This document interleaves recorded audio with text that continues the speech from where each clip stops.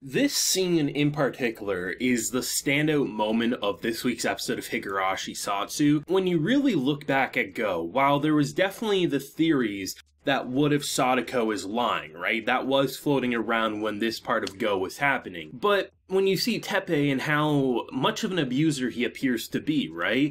Even if there was lies in the past and you couldn't tell the truth from the lies, when a teacher comes over to look after a student, while yes, maybe not the average teacher goes out of their way to look after a student, make sure they're okay. I mean, given the small village mentality, it would make sense. And when someone answers the door calling you a bitch and is lashing out at you, and very much seems like he's hiding something, that scene made it felt like it was guaranteed he was a liar, an abuser, and he needs to go 6 feet under. But when you see it just moments prior, where she so perfectly put on that act of, it's not just the students, because that would be great, because at the very least I could go to my teacher for help. She perfectly planted the idea that the teacher was in on the abuse that she was suffering. And the numerous moments throughout this episode really, obviously, because we're in the Answers arc and we know who the puppeteer is, right? The person pulling the strings.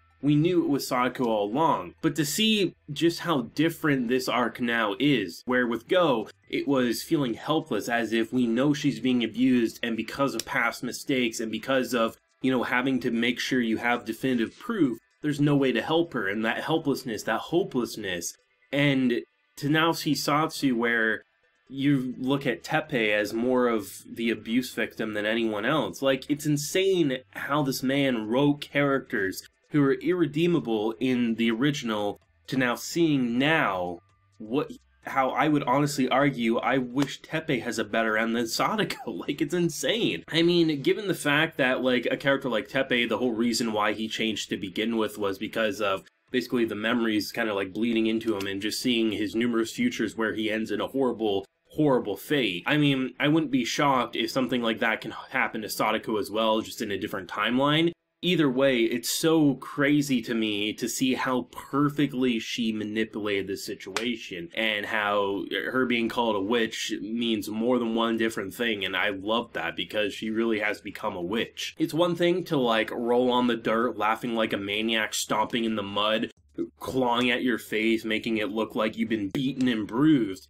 It's another to just see how far she pushed that. It's gonna be, I think, the most hard to swallow arc is the best way to put it for me, because this was just the first step of it, and to see where the town's gonna rise up and they're going to go outside the Child Protective Services, and it really paints an even clearer picture, because even before Satsu, it made sense why they were so hesitant to not fully just kick down doors, because if that wasn't true, if they weren't actually abusing Sadako, then they would be shut down and wouldn't be able to help actual kids, right? So to see how clearly the direction they're going is that Sadako is going to plant the image in Child Protective Services that the town is the abusers, and the town's going to try to say, no, the uncle's the abuser, and they're going to be stuck behind a rock in a hard place, not being able to do anything because who's telling the truth when there's no the proof? It's he said, she said, and the kid saying one thing. And it's interesting because really Sadako probably only would have had to say a couple of different people were abusing her, but by placing the enemy as the village as a whole,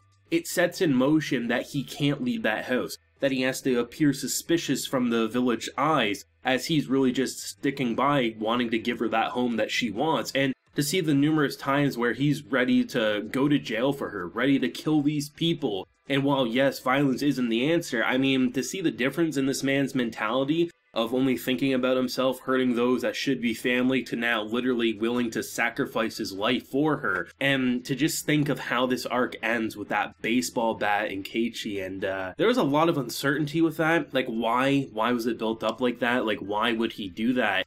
And I think it's just gonna be like, hey, uncle, the puppeteer, the person who's been responsible for leading this uprising is this new kid on the block. And wow, this arc is hitting different. I think out of all the arcs that we've revisited now in Satsu, this is the one that's going to feel the most different. I think given the emotional impact it had, because anytime you touch upon abuse and like a horrible family dynamic, it's very easy to make it feel just pointless, as if the author doesn't know where they're writing from.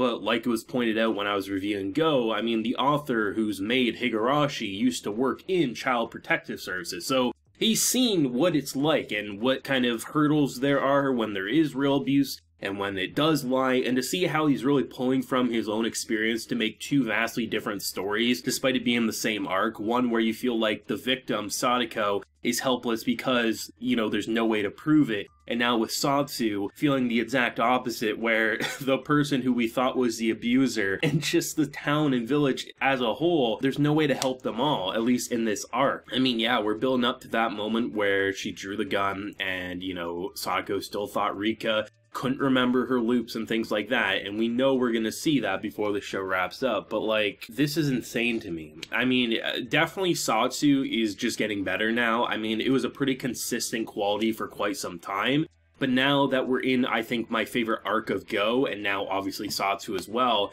it's just getting better, and to just see this witch, this woman, just sit there laughing at the mania of Sadako. I mean, it was pointed out last week, or just different people were speculating on it anyway, that, I mean, it doesn't feel like she has loyalty to Sadako, she has loyalty to entertainment. So there's a very good chance that someone like Rika could entertain her more than Sadako, and that will be Sadako's biggest foil. Not even the shard that can apparently kill loopers. It could just be that she loses her source of power, and that could be very devastating. It'll be interesting to see what's going to happen. It would be a very interesting turn of events if the shard wasn't used on Sadako, but rather it was used on this maniac laughing in a distance, but it'll be interesting to see what they do. I mean, this shit was incredible, 10 out of 10 episode for me, the directing completely on point. I never thought they could have took a scene with the uncle where he just seems so much like an abuser, like shit-talking the teacher, but then seeing the moments prior to then seeing the moments after. I mean, yeah, the student's made some irredeemable mistakes in my opinion, but given what Sadako's been doing, and yeah, maybe she doesn't hug him back because of that PTSD,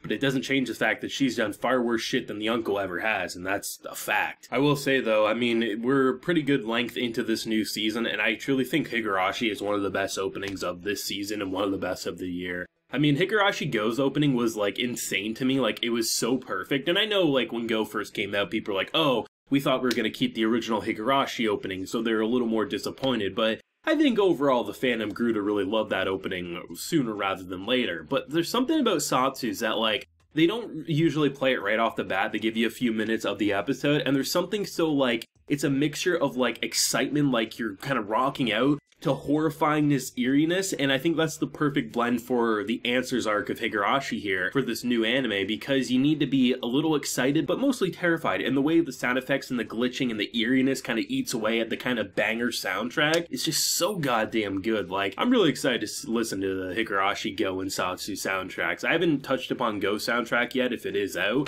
but I'm excited to listen to both of them when the show's over, and I can really just appreciate these pieces of music, because music can be a little underappreciated when the sound effects are so good in a show like this, but the music's pretty top tier. Let me know your thoughts and feelings down below. What do you hope to see with this arc now that we have a pretty good taste of it anyway? Let me know down below, leave a like if you enjoyed, and subscribe if you're new around here. So until next time, everyone, please take care and have a good one.